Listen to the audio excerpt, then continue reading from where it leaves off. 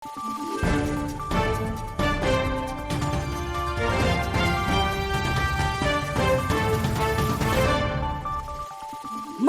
araw, Pilipinas! Ito ang Valiente News hatid sa inyo ng Office of the Vice President.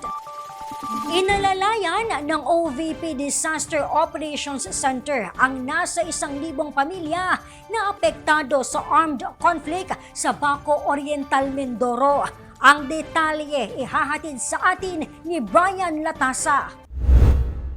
Naghatid ng tulong ang tanggapan ng pangalawang Pangulo sa pamamagitan ng OVP Disaster Operations Center sa mga kababayan natin sa bayan ng Baco sa Oriental, Mindoro. Umabot sa mahigit 1,000 pamilya ang nakatanggap ng tig 10 kilong bigas. Ang mga naabutan ng handog ay mula sa Barangay San Ignacio, Lantuyang, Bayanan, Manganan 1, Baras at Bangkatan na apektado sa nangyaring armed conflict sa pagitan ng mga sundalo at armadong grupo.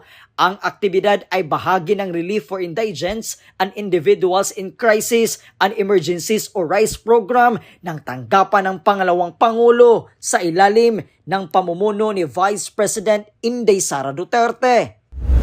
Base sa datos ng tanggapan ng pangalawang Pangulo, simula taong 2022 hanggang Hulyo ngayong taon, umabot na sa 197,221 na mga pamilya ang nahandugan ng bigas ng tanggapan.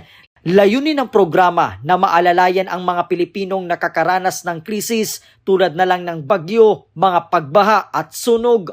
Mula po dito sa Oriental Mindoro, ako po si Brian Latasa, ang lahat para sa Diyos, bayan at pamilyang Pilipino.